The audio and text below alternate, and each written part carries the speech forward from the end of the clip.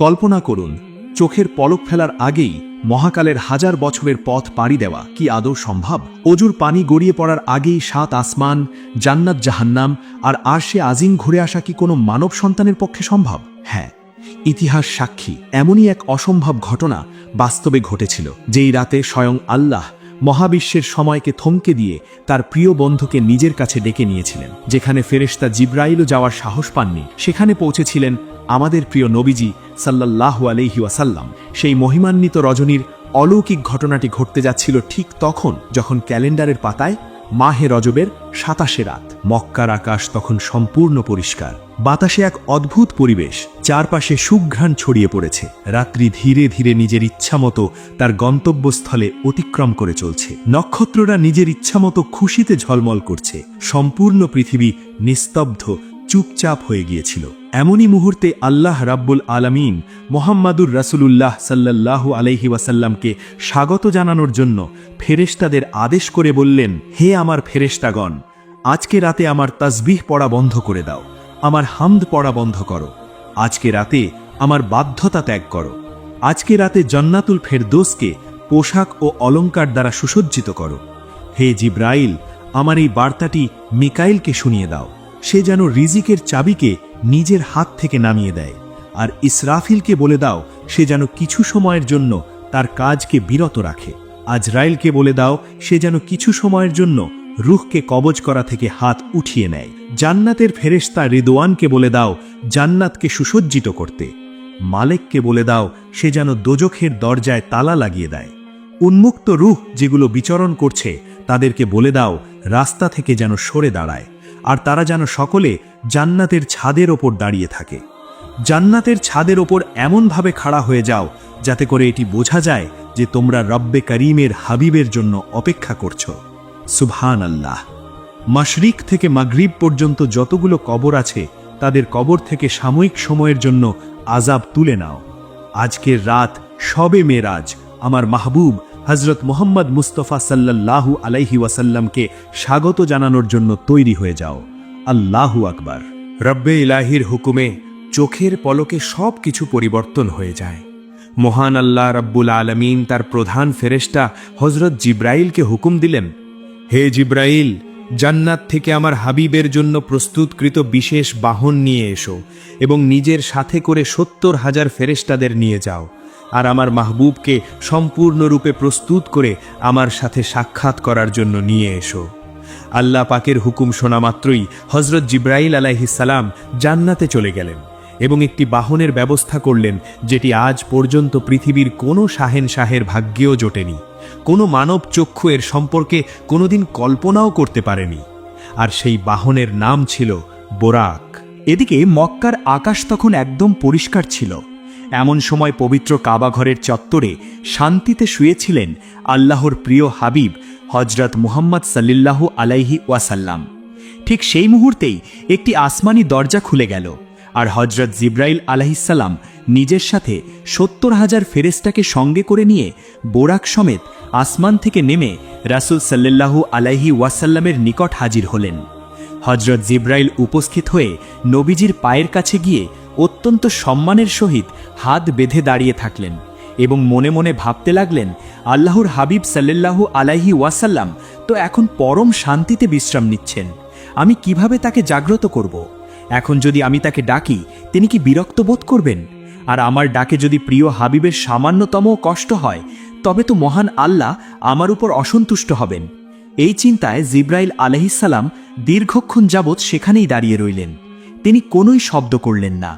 ঠিক সেই সময় আরশে মুআল্লামা থেকে হুকুম নাজিল হলো, হে জিব্রাইল, তুমি আমার মাহবুবের কদম মুবারকে চুমু দিয়ে দাও, যাতে করে তোমার ঠোঁটের ঠান্ডা স্পর্শে আমার মাহবুবের চোখ খুলে যায়। এই হুকুম পাওয়া মাত্রই জিব্রাইল ফেরেশতা এগিয়ে গেলেন এবং অত্যন্ত বিনয়ের সাথে নিজের নুরানি ঠোঁট দিয়ে নবীজির পবিত্র পা মুবারকে চুমু দিলেন। সুবহানাল্লাহ। এই দৃশ্য কতই না সুন্দর ছিল। যখন জিব্রাইল আলাইহিসসালাম মুহাম্মদ মুস্তাফা সাল্লাল্লাহু আলাইহি ওয়াসাল্লামের কদম মুবারকে চুমু দিলেন, পায়ের পাতায় জিব্রাইলের সেই শীতল কোমল ঠোঁটের স্পর্শে নবীজি জাগ্রত হলেন। তিনি চোখ মেলে দেখতে পেলেন রাতের নিস্তব্ধতা ভেদ করে তার সামনে দাঁড়িয়ে আছেন হজরত জিব্রাইল আলাইহিসসালাম। তখন নবীজি উঠে দাঁড়িয়ে পড়লেন। তখন হজরত জিব্রাইল ফেরেশতা অত্যন্ত আদবের সাথে বিনম্র মস্তকে নবীজিকে সালাম জানালেন। আসসালামু আলাইকুম ইয়া রাসূলুল্লাহ। নবীজি তখন জিব্রাইলকে জিজ্ঞেস করলেন, হে জিব্রাইল, এই গভীর রাতে তোমার আগমন কি মনে করে এসেছ? জিব্রাইল আলাইহিসসালাম তখন বললেন, ইয়া রাসূলুল্লাহ, ইয়া হাবিব আল্লাহ, আজ আমি আল্লাহ রাব্বুল আলামিনের অনেকগুলো হুকুম নিয়ে আপনার কাছে হাজির হয়েছি। ইয়া রাসূলুল্লাহ, আপনি দেখতে পাচ্ছেন আমার পেছনে বিশাল নুরানি ফেরেশতাদের বাহিনী রয়েছে। আল্লাহ রাব্বুল আলামিন আপনার সাথে সরাসরি সাক্ষাৎ করার জন্য উদ্বিগ্ন হয়ে পড়েছেন এবং এই জন্যই তিনি আজ আমাকে আপনার নিকট প্রেরণ করেছেন। আপনি আপনার তাশরিফ নিয়ে চলুন। আজ এই জমিন থেকে আসমান পর্যন্ত সমস্ত মখলুকাত অধীর অপেক্ষায় হাত বেঁধে দাঁড়িয়ে আছে ইয়া হাবিব আল্লাহ, শুধুমাত্র আপনাকে একটা নজর দেখার জন্য, আপনাকে স্বাগত জানানোর জন্য তারা অপেক্ষমান।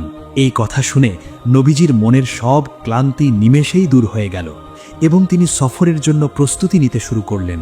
অতঃপর জিব্রাইল আলাইহিসসালাম নবীজিকে সঙ্গে নিয়ে জমজমের দিকে এগিয়ে গেলেন। সেখানে অপেক্ষারত ছিলেন আরেক ফেরেশতা হজরত মিকাইল আলাইহিসসালাম। শুরু হলো এক অলৌকিক প্রস্তুতি। ফেরেশতারা নবীজিকে পরম যত্নে শুইয়ে দিলেন। এরপর মহান আল্লাহ নির্দেশে জিব্রাইল আলাইহিসসালাম নবীজির বক্ষ মুবারক বিদীর্ণ করলেন, কিন্তু এতে কোনো রক্তপাত হলো না, কোনো কষ্ট হলো না। হজরত জিব্রাইল আলাইহিসসালাম নবীজির পবিত্র হৃৎপিণ্ড বের করে আনলেন এবং জমজমের পবিত্র পানি দিয়ে তা ধুয়ে পরিষ্কার করলেন। এরপর একটি স্বর্ণের তোস্তরিতে করে আনা ঈমান এবং হিকমত বা প্রজ্ঞা দিয়ে সেই হৃৎপিণ্ড পরিপূর্ণ করলেন। এরপর তা পুনরায় যথাস্থানে স্থাপন করে দিলেন। এমনটা করার কারণ ছিল নবীজির এই পবিত্র দেহ মুবারক যেন মহাজাগতিক সফরের তীব্র গতি এবং আল্লাহর নূরের তাজাল্লি সহ্য করতে পারে এবং যাতে করে রব্বি ইলাহির দিদারের কোনরূপ সমস্যা না হয়। এরপর হজরত জিব্রাইল আলাইহিসসালাম নবী করিম সাল্লাল্লাহু আলাইহি ওয়াসাল্লামের পবিত্র মাথা মুবারকে একটি নুরানি পাগড়ি পরিয়ে দিলেন। এরপর নবীজির পবিত্র গায়ে একটি বিশেষ নুরানি চাদর পরিয়ে দেওয়া হলো। সকল প্রস্তুতি শেষ হতেই বোরাক নামক সেই বিশেষ জান্নাতি বাহনকে নবীজির কাছে উপস্থিত করা হলো। তখন বোরাকটির কাঁধ শুধু মণিমুক্তার মতো জ্বলজ্বল করছিল, তার পায়ে যেন বিদ্যুৎ চমকাচ্ছিল, তার কপালে লা ইলাহা ইল্লাল্লাহু মুহাম্মাদুর রাসূলুল্লাহ সাল্লাল্লাহু আলাইহি ওয়াসাল্লাম লেখা ছিল। আর তার গতির ক্ষিপ্রতা এমন যে দৃষ্টির শেষ সীমানায় তার এক এক কদম পড়ত। নবীজিকে দেখে খুশিতে আর আনন্দে বোরাকটি চঞ্চল হয়ে উঠল এবং কিছুটা লাফালাফি করতে শুরু করল। তখন জিব্রাইল আলাইহিসসালাম বোরাককে ধমকের সুরে থামিয়ে বললেন, হে বোরাক, স্থির হও। তুমি কি জানো আজ তোমার পিঠে কে আরোহণ করতে যাচ্ছেন? তিনি হলেন আল্লাহর প্রিয় হাবিব, আল্লাহর বন্ধু হজরত মুহাম্মদ সাল্লাল্লাহু আলাইহি ওয়াসাল্লাম।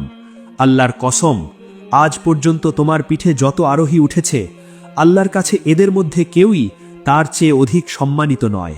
জিব্রাইলের এই কথা শুনে বোরাক লজ্জায় সংকুচিত হয়ে গেল, তার শরীর থেকে ঘাম ঝরতে লাগলো। সে পরম ভক্তিভরে মাথা নিচু করে বসে পড়ল। অতঃপর রাসূলুল্লাহ সাল্লাল্লাহু আলাইহি ওয়াসাল্লাম বোরাকের পিঠে আরোহণ করলেন। বোরাক তখন আনন্দিত হয়ে উঠে দাঁড়িয়ে পড়ল এবং চলতে শুরু করল। শুরু হলো এক অন্তহীন যাত্রা। বোরাক বাতাসের চেয়েও দ্রুত গতিতে ছুটতে শুরু করল। চোখের পলক ফেলার আগেই দিগন্ত মিলিয়ে যাচ্ছে পেছনে। মক্কার ধুলোবালি ছেড়ে হাজার মাইলের পথ পাড়ি দিয়ে মুহূর্তের মধ্যেই নবীজি পৌঁছে গেলেন ফিলিস্তিনের পবিত্র ভূমি বাইতুল মুকাদ্দাসে। সেখানে পৌঁছে বোরাক থামল আর নবীজি সাল্লাল্লাহু আলাইহি ওয়াসাল্লাম সেই বাহন থেকে নামলেন। সেখানে পৌঁছে বোরাক থামল আর নবীজি সাল্লাল্লাহু আলাইহি ওয়াসাল্লাম সেই বাহন থেকে নামলেন। জিব্রাইল আলাইহিস সালাম তাকে নিয়ে গেলেন সেই বিশেষ স্থানটিতে যেখানে পূর্ববর্তী নবীগণ তাদের বাহন বাঁধতেন। নবীজি বোরাকটিকে সেই পাথরের আকটার সাথে বাঁধলেন। এরপর তিনি পা বাড়ালেন পবিত্র মসজিদ আল আকসার দিকে। মসজিদের ভেতরে প্রবেশ করতেই নবীজি দেখতে পেলেন মসজিদের ভেতরটা তখন অলৌকিক নূরে ঝলমল করছে।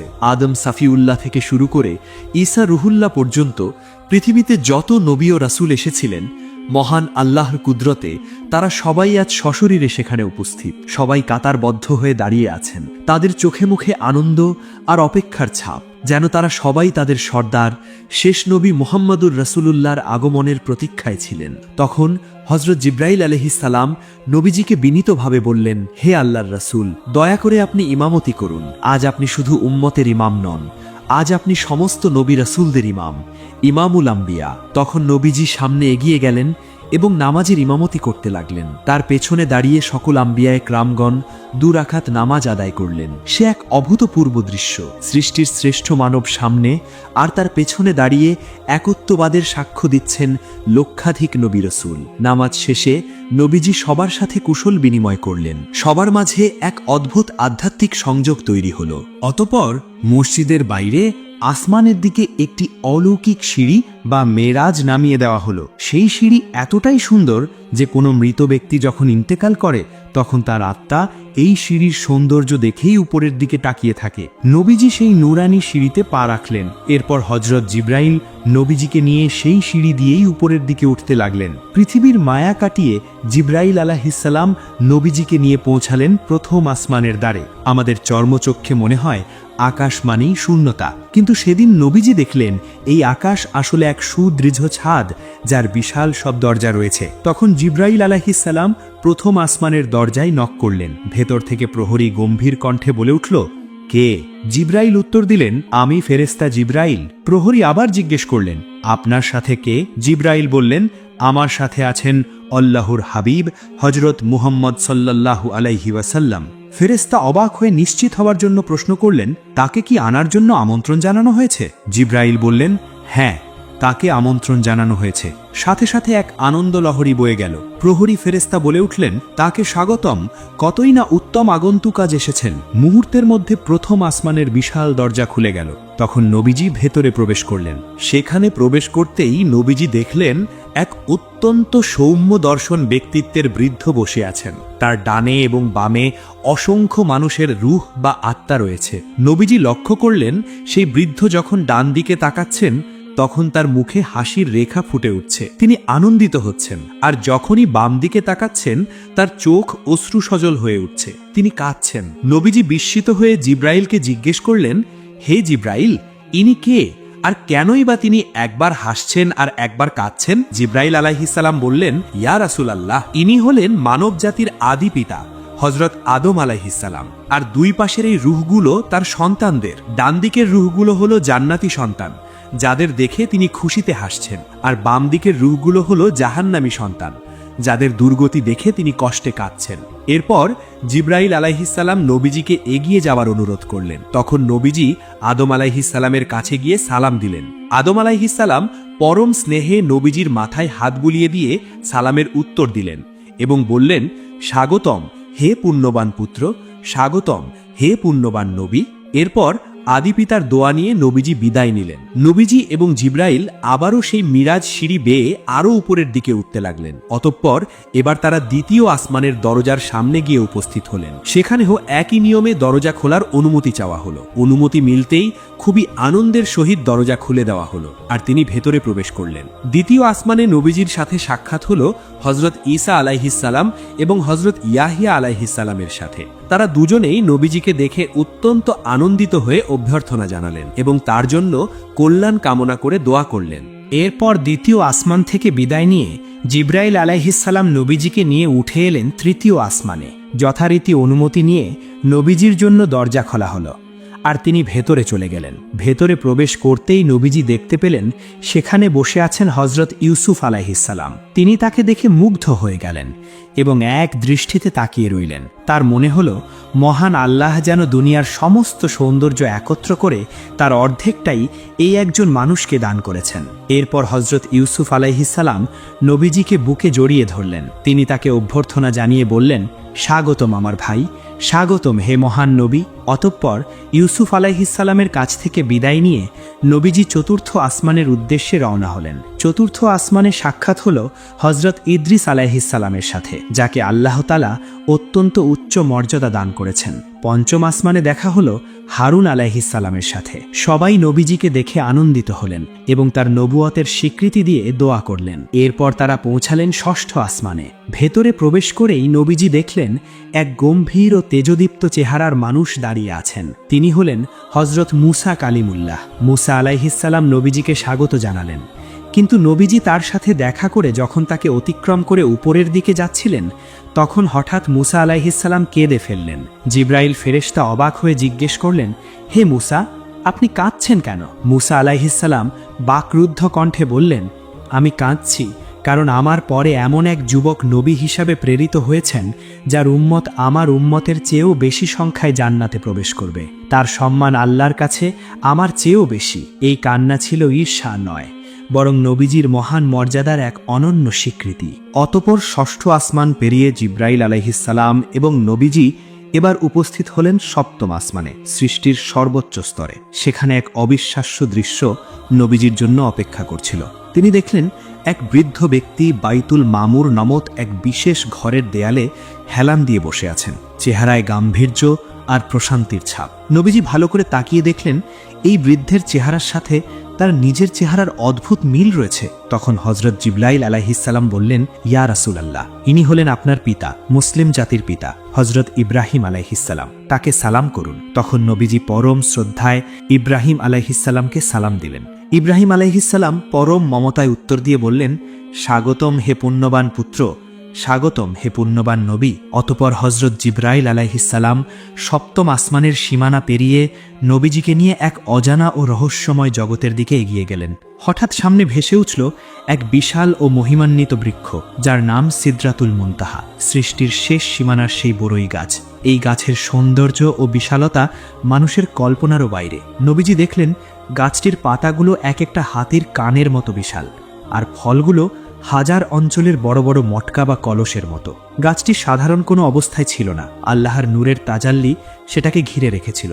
কখনো স্বর্ণের প্রজাপতি, কখনো বা অবর্ণনীয় সব রঙের ছটা গাছটিকে আচ্ছাদিত করে ফেলছিল। সেই রঙের সৌন্দর্য এতটাই তীব্র ও মোহনীয় ছিল যে আল্লাহর কোনো সৃষ্টির সাধ্য নেই সেই রূপের বর্ণনা দেওয়ার। এই গাছের গোড়া থেকেই প্রবাহিত হচ্ছে 4টি নহর।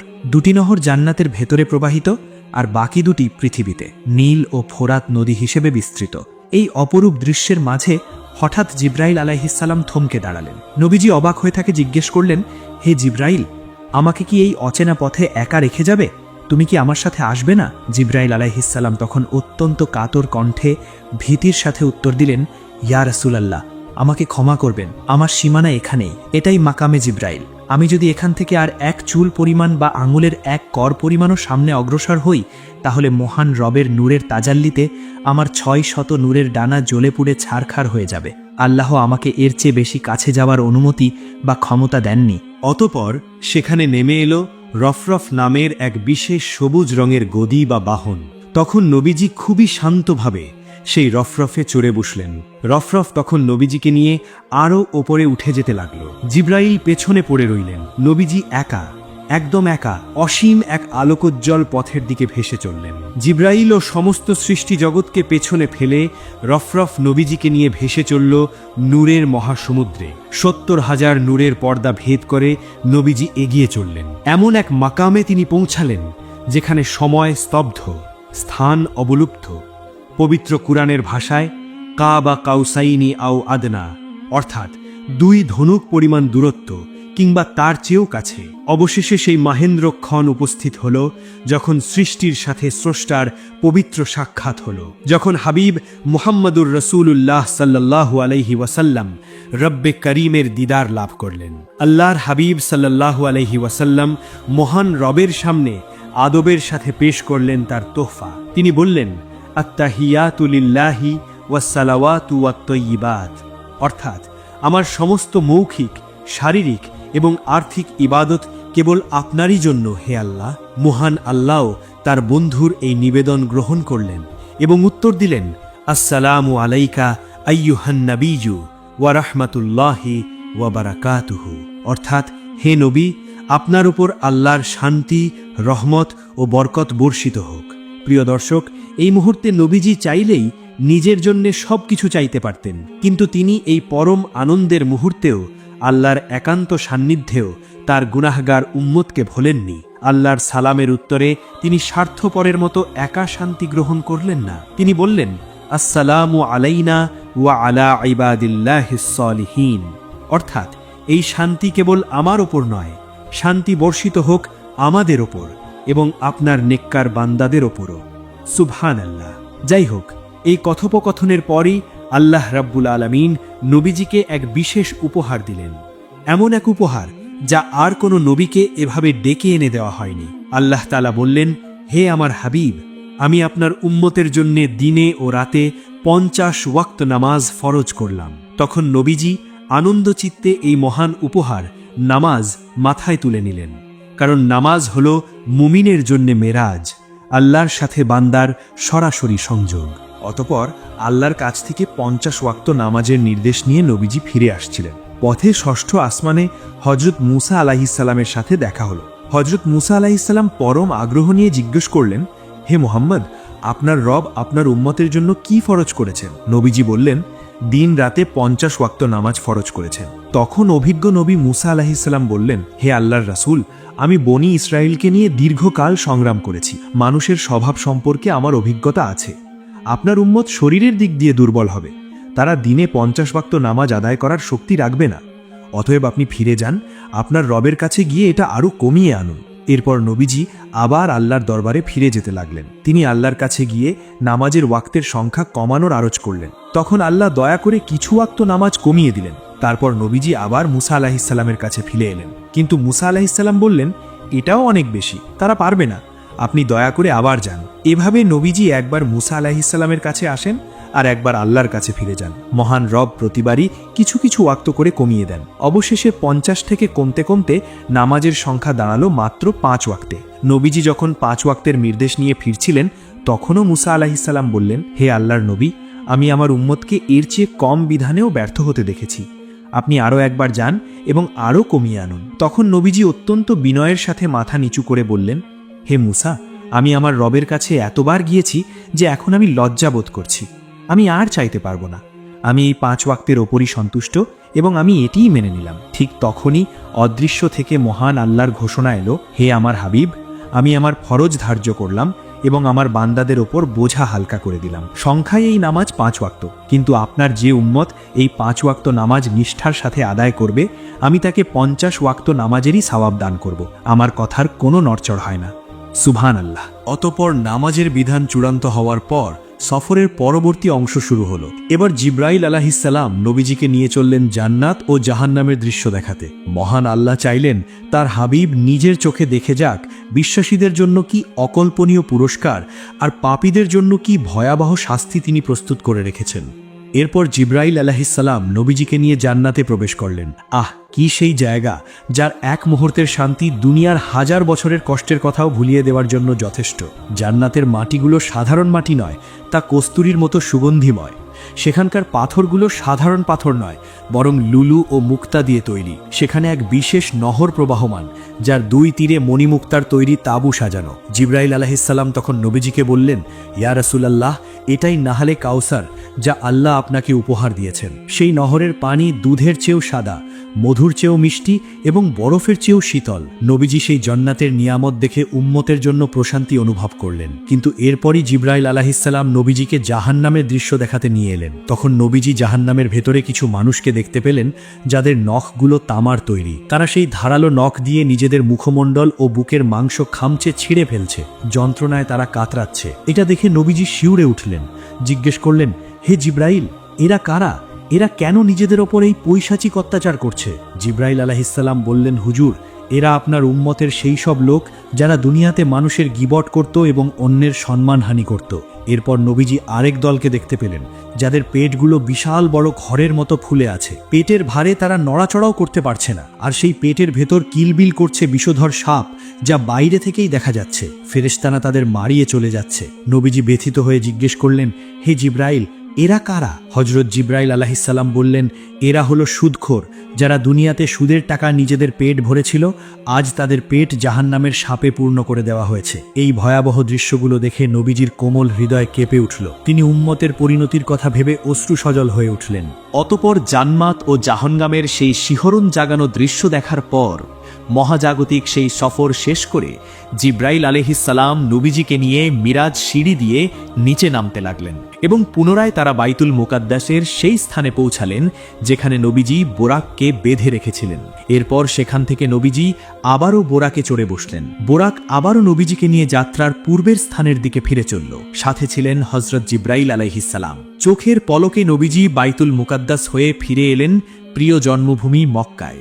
ঠিক যেখান থেকে তিনি যাত্রা শুরু করেছিলেন সেখানেই তিনি পৌঁছে গেলেন। তবে সবচেয়ে আশ্চর্যের বিষয় হল, মক্কা থেকে ফিলিস্তিন, 7 আসমান, আরশ, জান্নাত, জাহান্নামের এই বিশাল সফরে সবকিছু ঘুরে আসতে দুনিয়ার ঘড়ি কাটায় কতটুকু সময় লেগেছিল জানেন? নবীজি ফিরে এসে দেখলেন অজু করার সময় যে বদনাটি হয়তো কাত হয়ে পড়েছিল তার পানি এখনো গড়িয়ে শেষ হয়নি। বিছানা থেকে ওঠার সময় যে উষ্ণতা ছিল সেই উষ্ণতাটুকু এখনো মিলিয়ে যায়নি। যেন মহাকালের এই দীর্ঘ সময়কে আল্লাহ তার হাবিবের জন্য দুনিয়ার সময়ে থমকে দিয়েছিলেন, কিংবা সময়ের গতিকে সংকুচিত করে দিয়েছিলেন। আর এভাবেই মেরাজের সেই পবিত্র রজনীতে আল্লাহর হাবিব সাল্লাল্লাহু আলাইহি ওয়াসাল্লাম স্বয়ং আল্লাহ রব্বুল আলামিনের দিদার লাভ করে মেরাজের সেই সফর পূর্ণ করলেন। আল্লাহু আকবার, সুবহানাল্লাহ।